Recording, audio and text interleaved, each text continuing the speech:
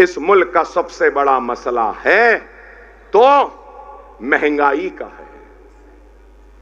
Petrol महंगा, diesel महंगा, gas का तेल महंगा, दाल महंगी, आटा महंगा, चावल महंगा, बैगन महंगी, आलू महंगी, प्याज महंगा।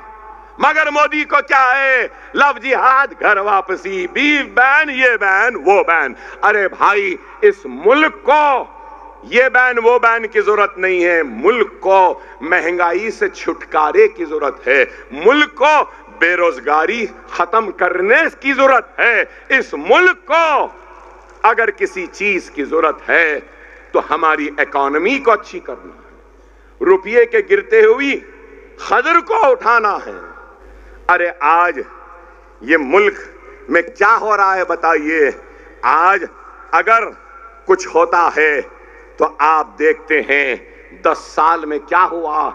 लव जिहाद, घर वापसी, रामजादी या फिर हरामजादे, JSR के नारे, mob lynching, beef ban, beef के नाम पे लिंचिंग, ट्रिपल तलाक, फिर उसके बाद निशाना अगर क्या तो मुसलमानों के मसाजिद, मुसलमानों के शरीयत, निशाना अगर कुछ तो क्या कि किस तरीके से निसाब को बदल लें, तारीख को मस्क कर दें, मिटा दें। अगर कुछ है तो बुलडोजर है, बुलडोजर चले जाते हैं। CA NRC है और मुसलमानों का एनकाउंटर है, जुडिशियल कस्टडी में है, पुलिस कस्टडी में है। अतीक को, उसके भाइयों को हथकड़ियां हाथ में, कोई आते हैं और गोलियां मार कर चले जाते हैं। अब नया फितना, वक्फ एक्ट, कॉमन सिविल कोड, और फिर यहां के चीफ मिनिस्टर जो साबिका मौजूदा डिप्टी चीफ मिनिस्टर कहते हैं कि वोट जिहाद। क्या है बताओ? क्या मुल्क का मसला वोट जिहाद है? क्या मुल्क का मसला हमारी बच्चियों का, हमारी माओं का, बहनों का हिजाब है? क्या मुल्क का मसला बीफ बैन है? क्या? अरे मैं आज आपके जरिए ये पूछना चाहता हूं हिंदुस्तान के वजीर आजम नरेंद्र मोदी से कि मिस्टर मोदी, आपने कहा था अच्छे दिन लाएंगे, क्या अच्छे दिन आए? आपने कहा 15 लाख लाएंगे, क्या लाए? आपने नारा दिया सबका साथ, सबका विकास, सबका विश्वास, क्या सबको साथ मिला? क्या आपको साथ मिला? क्या आपको विश्वास मिला? क्या आपको विकास मिला? आप बताइए। चलो नारे ही सही, नारे तो लगा रहे थे, ठीक है, लेकिन अमली काम क्या किया? आज इस मुल्क का सबसे बड़ा मसला हिजाब नहीं है। इस मुल्क का सबसे बड़ा मसला अगर कुछ है तो वो बेरोजगारी का है। इस मुल्क का सबसे बड़ा मसला है तो घर वापसी या बीफ के नाम पे मारना पीटना नहीं है। मोदी साहब 70 में हैं, लेकिन डॉलर 84 रुपये तक चले गया। यही बोले थे मनमोहन सिंह को। मनमोहन सिंह साहब, आपकी उम्र के बराबर हो गया डॉलर, और मैं आज कह रहा हूं मोदी साहब, आपकी उम्र से बहुत ज्यादा हो गया डॉलर। इसकी फिक्र करो। नहीं, किसान जो हमारी इस मिट्टी को जोता है, बोता है और अनाज देता है, जिसके जरिए हम अपनी भूख को मिटाते हैं, वो किसानों की खुदकशी इस मुल्क का बड़ा मसला है। क्या है या नहीं बताइए? 10 साल में कोई मीडिया ये नहीं बताता। हां, अकबर ओवैसी घड़ी देख ले तो बताएगा। यूं देख लियो, घड़ी देखे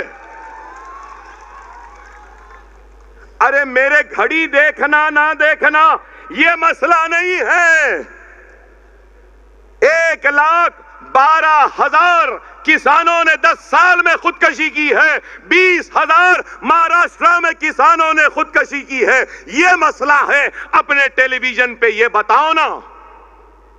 मिस्टर मोदी, इस पर कुछ तवज्जो दो ना। नहीं देते। किसानों की आमदनी को डबल करूंगा, क्या हो गया? Women security. देखिए, आपको सुन के हैरत होगी। यहां पे मेरी मां बहनें बैठी हैं।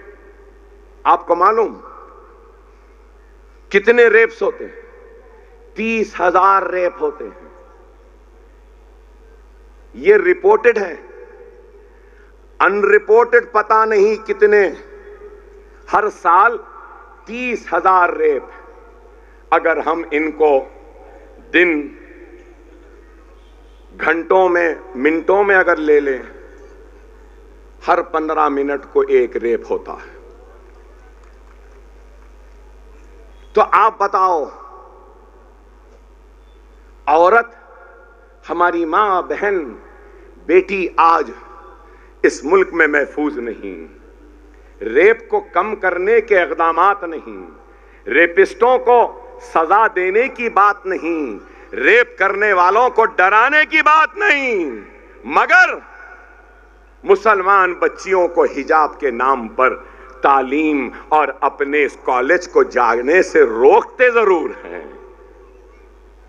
अगर मेरी बच्ची पढ़ लेती है तो क्या गुनाह कर रही है? बाहिजाब लड़की अगर कॉलेज को जाती है तो क्या गुनाह है? अरे तुम रेपिस्टों को नहीं रोकते, लेकिन हिजाब के साथ पढ़ने जाने वाली बच्ची को रोकते हैं। आप बताइए कि 16 लाख हिंदुस्तानियों ने इंडियन सिटीजनशिप छोड़ दी। क्या मोदी को इसकी फिक्र है? नहीं है। इनको फिक्र है तो क्या? वक्फ एक्ट, वक्फ बोर्ड की जमीन ले लो। अरे मेरे भाई, वक्त नहीं है। अगर वक्त होता ना तो कांग्रेस की तारीख को भी खोल के रख देता। एक नई बहस छिड़ जाती। मैं उस बहस में जाना नहीं चाहता कि 70 बरस में किसने क्या किया, 10 बरस में इसने क्या किया। मैं ये समझूंगा कि ना उसमें ना इसमें कुछ फर्क है। अगर उन्होंने काम किया होता तो अल्लाह की कसम आज हमारे ऊपर ये जालिम मुसल्लत ना होते, ये जुल्म ना होता, ना इंसाफी ना होती।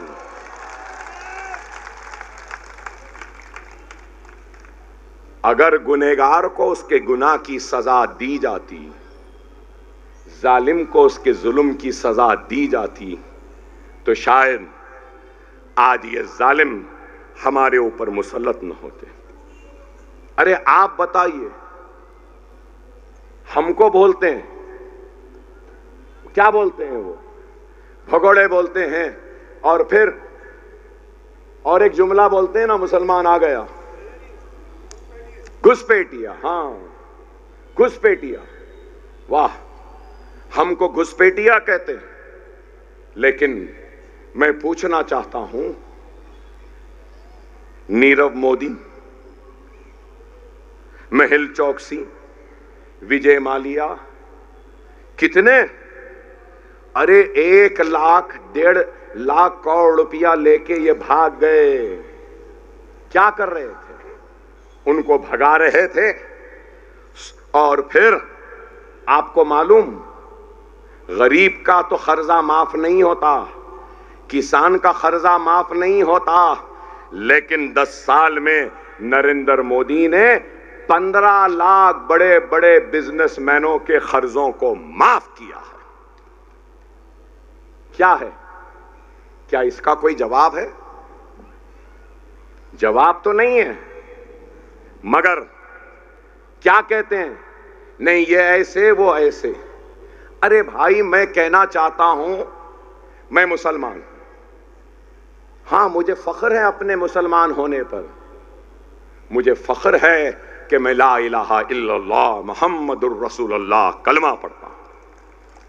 मुझे फख्र है कि मैं मोहम्मद मुस्तफ़ा सल्लल्लाहु अलैहि वसल्लम का उम्मती हूं, लेकिन उसके साथ साथ मुझे नाज है कि मैं हिंदुस्तानी हूं, मैं भारतीय हूं, मैं इंडियन हूं। ये मुल्क ना नरेंद्र मोदी की जागीर है, ना अकबर ओवैसी की जागीर है। ये मुल्क माथे पे तिलक लगाने वाले का जितना है, उतना ही ये मुल्क सर पे टोपी पहनने और सुन्नत पालने वाले का भी है। ये मुल्क सर पे पगड़ी बांधने वाले सिख का भी उतना ही है जितना मेरा है। ये मुल्क किसी की जागीर नहीं। मैं मुसलमान इस मुल्क का किराएदार नहीं हूं। मैं number 1, number 2, number 3, number 4 citizen नहीं हूं। मैं इस मुल्क का नंबर 1 सिटीजन हूं। नरेंद्र मोदी के बराबर का सिटीजन हूं। योगी आदित्यनाथ के बराबर का सिटीजन हूं। मैं 2 नंबर का नहीं हूं। हम किराएदार नहीं हैं। हम इस मुल्क के थे, हैं और रहेंगे। हमने इस मुल्क को सजाया है, संवारा है। आने वाले कल में भी हम इस मुल्क को सजाएंगे, संवारेंगे। इस मुल्क की मिट्टी में हम मुसलमानों के खून की खुशबू भी मिलेगी। ये मुल्क हमारा है।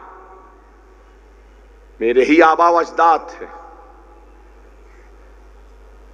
जिन्होंने इस मुल्क को सजाया, संवारा, और मेरे ही आबा व अजदाद ने इस मुल्क में रहना पसंद किया। जिनको जाना था चले गए,